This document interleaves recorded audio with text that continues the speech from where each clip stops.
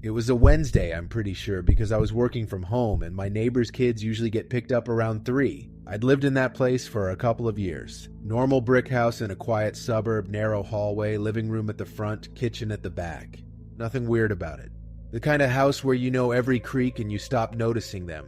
My partner was away for the week visiting family. I wasn't worried about being alone. I liked it, honestly. I had a routine when I had the place to myself. Work, gym later, simple dinner, a show. I remember I'd made a coffee and carried it into the living room because the light in there was better for my laptop. The first thing I noticed was the front curtain. We had these cheap curtains that never sat perfectly straight. One side always sagged. That morning, it wasn't sagging. It was hanging evenly. Both sides the same length, like someone had taken the time to fix it. I actually smiled because my first thought was, maybe my partner finally adjusted it before leaving and I didn't notice. Then I had that tiny little pause where you replay your morning. Had I touched it? No. Had I opened the window? No. I went back to the front window and looked properly, like I expected to find the curtain hook half off or something. Everything looked normal. Curtain rail, hooks, no obvious change. I told myself it was just the way the fabric settled overnight. That happens. I went back to work. Around mid-morning, I got up to refill my coffee and noticed the kitchen stool was tucked in. We never tuck the stools in. They're those tall bar stools at the counter, and we always leave them slightly pulled out because the legs scrape the floor. The stool closest to the fridge was pushed all the way in, tight to the counter, lined up perfectly. That one actually made me stop, not because it was scary, just because it didn't match how we live. I did the same thing. I tried to reconstruct it. I stood there with my mug and thought, did I bump it? Did I slide it in without thinking? But the floor beneath it wasn't scratched. It was like it hadn't moved recently. Which is a weird thing to notice, but once you notice something like that, you start looking for evidence to support whatever explanation you're leaning toward. I pulled it out, sat on it for 30 seconds, then pushed it back in again, almost as a test. Like, okay, now it's definitely me. I went back to work and didn't think about it for a while.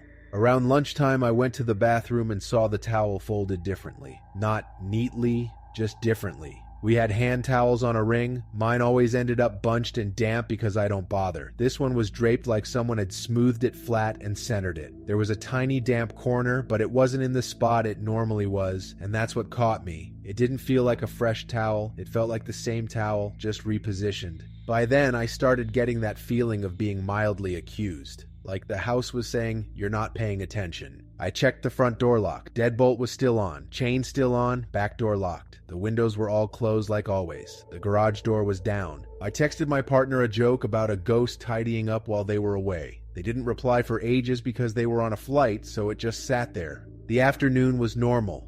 Work calls, emails. I almost forgot it. That's the part that annoys me now. I wasn't trembling. I wasn't panicking. I was just slightly off. At around 3, I heard the neighbor's car and the kids, their voices through the front window. That was reassuring, like the world was still running on schedule. Then, maybe 10 minutes later, I walked past the entryway and noticed the umbrella stand. We had this metal umbrella stand by the front door, mostly empty. In winter, we'd throw umbrellas in there. That day it was summer, so it should have been empty except for one folded umbrella we never used. There were 2 umbrellas in it. One was ours, the other one was not. It wasn't dramatic. It was just a plain black umbrella, the kind you buy at a supermarket. No logo, no distinctive handle.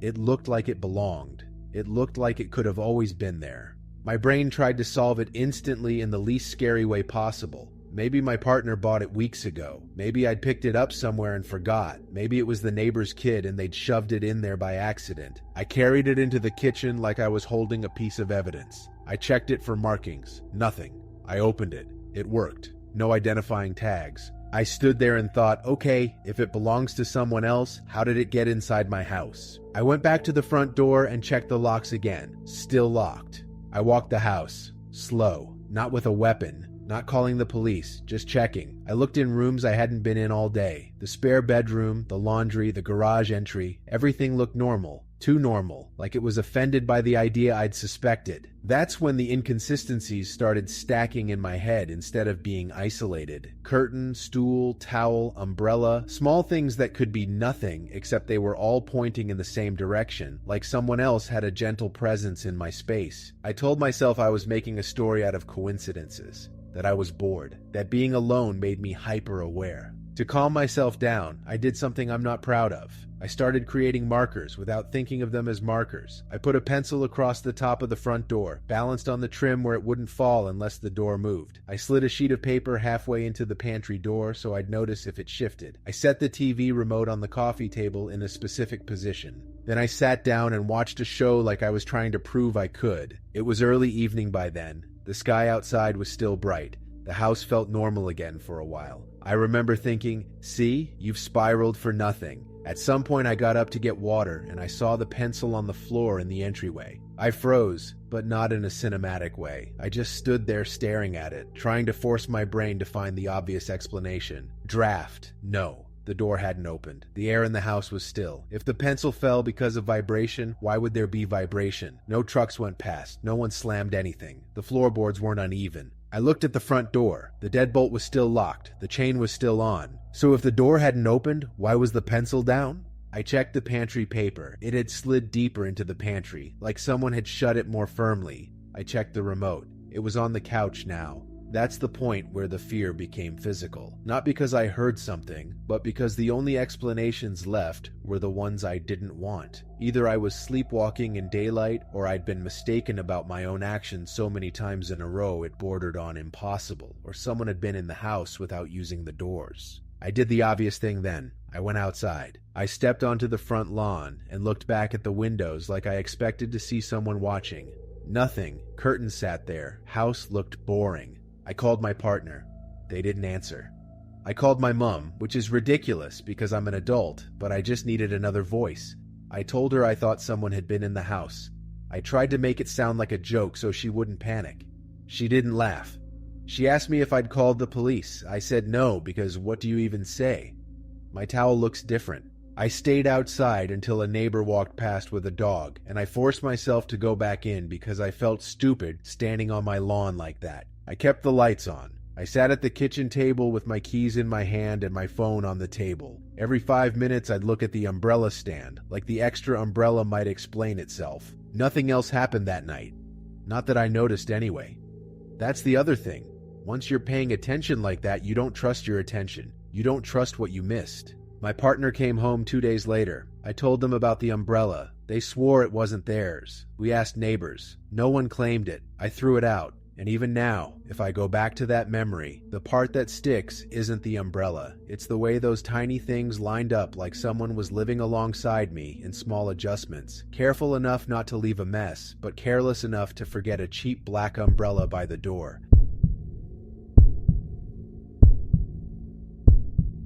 I don't tell this story often because it makes me sound like an idiot. The scary part for me is that I can explain every step of why I did what I did, and it still ended up being the wrong decision. I was 19 living at home. My parents had gone out for dinner with friends, not late. Just a normal Saturday night thing. They'd be back by 10 or 11. I was home alone, in that comfortable way where you can spread out and not worry about making noise. Our house was standard suburbia.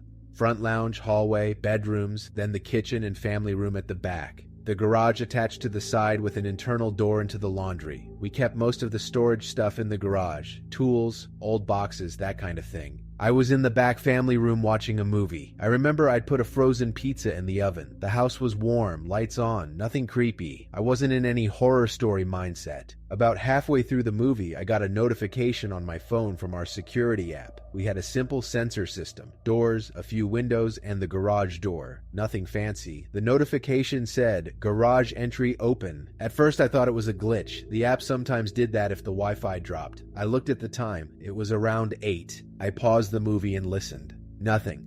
No banging, no voices, no obvious sounds. Just the normal hum of the fridge and the faint noise of my movie still playing quietly. I walked to the laundry door that leads into the garage. It was closed like always. I put my hand on the knob. It wasn't locked because we didn't lock it during the day. I did the thing everyone does in hindsight. I rationalized. I told myself the sensor probably tripped because the door wasn't fully latched earlier. Maybe my dad grabbed something from the garage before leaving and the door didn't click properly. The sensor could have noticed it now, delayed. I opened the laundry door and peeked into the garage. The garage light was off. I could see the outline of the car. I could see the shelves. Nothing moved. No one was standing there. It smelled like garage, petrol, and dust. Normal. I turned on the garage light.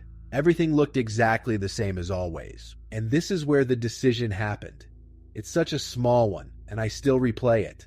I decided not to call anyone. Not my parents, not the police, not a neighbor. I decided I'd just close it properly and move on, because it felt embarrassing to make a fuss about a sensor. I walked into the garage and went to the roller door control panel, the one on the wall. The garage door itself was down. That's what made it feel safe. If the big door is down, what's the issue? The app said garage entry, meaning the internal door between the laundry and garage, or maybe the side door. We had a side door in the garage that led to the backyard. I checked that side door. It was locked, bolt in place. I checked the internal laundry door. It was open behind me, obviously. Then I noticed the small window near the garage side door was slightly open, not wide open, just cracked, like it hadn't been latched. That was unusual because that window was always locked. It had one of those cheap latches that stick if you don't push it hard. My brain again offered the easy explanation. Dad might have opened it earlier for ventilation and forgot. I walked over and pushed it shut. It clicked. I even tested it by tugging it. Then I turned around to go back inside, and I saw the interior door from the garage into the house, the one I'd come through, had swung mostly closed. Not fully, but not where I left it. I'd left it open because I was walking back through it. Now it was almost shut, with a thin line of light from the laundry spilling into the garage. I stopped.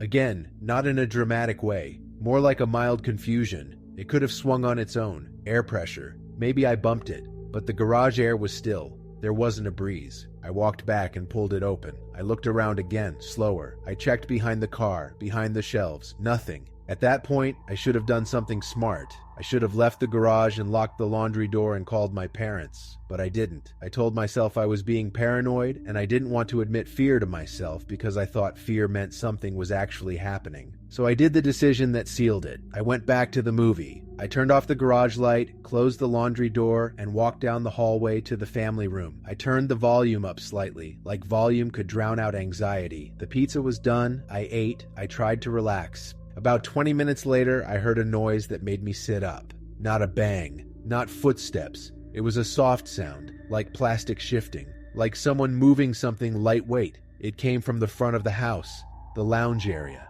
I paused the movie again. I listened. Silence. I told myself it could be the fridge settling, except the fridge was behind me in the kitchen. Could be the air conditioner, except we didn't have it on. It could be absolutely nothing. I walked down the hallway toward the front lounge. I kept the lights off in the hallway because I didn't want to make a scene, which is ridiculous logic, but that's honestly what I felt. I didn't want to look like someone in a horror movie inside my own house. The front lounge was dark. Streetlight glow through the curtains. I scanned the room. Nothing obvious. Then I saw the front door. The deadbolt was locked, but the handle was slightly down, like someone had just tested it and released it slowly. It wasn't moving now, just sitting in that slightly off position. Our front door handle didn't normally sit like that. It sprang back up if it wasn't held. I walked closer, slow. I didn't take my eyes off it. And then I heard it again, closer this time.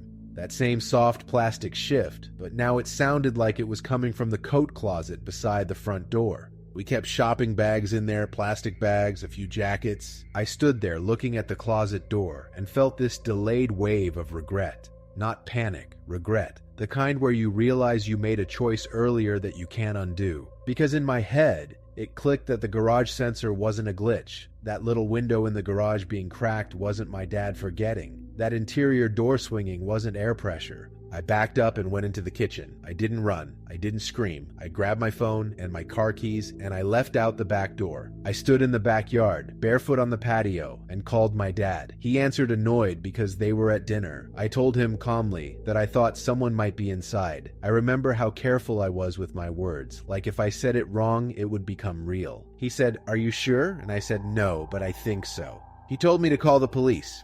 I did. The police came fast. 2 cars. They went through the house with torches. They looked in the garage. They looked in the closet. They looked everywhere. They didn't find anyone. But they found the small window in the garage open again. Cracked, the same way I'd found it. And the latch wasn't broken. It just wasn't engaged. Like someone had opened it and pulled it almost shut so it looked closed from a distance. They also found one of our coats on the floor by the closet, like it had been moved, then dropped back in a hurry. No one could tell me what happened. The officers suggested maybe a teenager, maybe someone trying doors. They asked if anything was missing. Nothing was missing. My parents came home and did the whole comforting thing. Lock changes, extra sensors, Dad acting like he wasn't scared. But the part I keep coming back to is the decision. That moment in the garage where I could have called someone, and I didn't, because I didn't want to be embarrassed by a false alarm. Because if someone was in the garage then, and if they heard me and stayed still, they learned something about me in that moment. They learned I was alone, and that I would talk myself out of taking it seriously. And that's what makes me feel stupid when I remember it.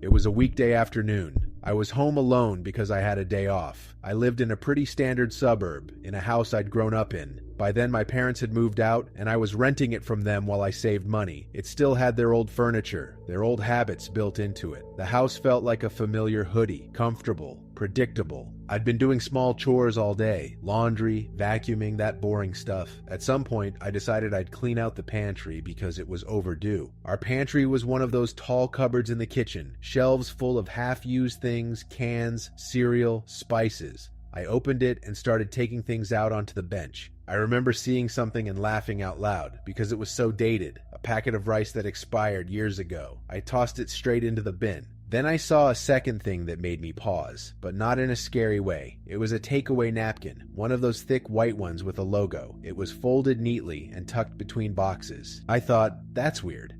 I don't get takeaway much.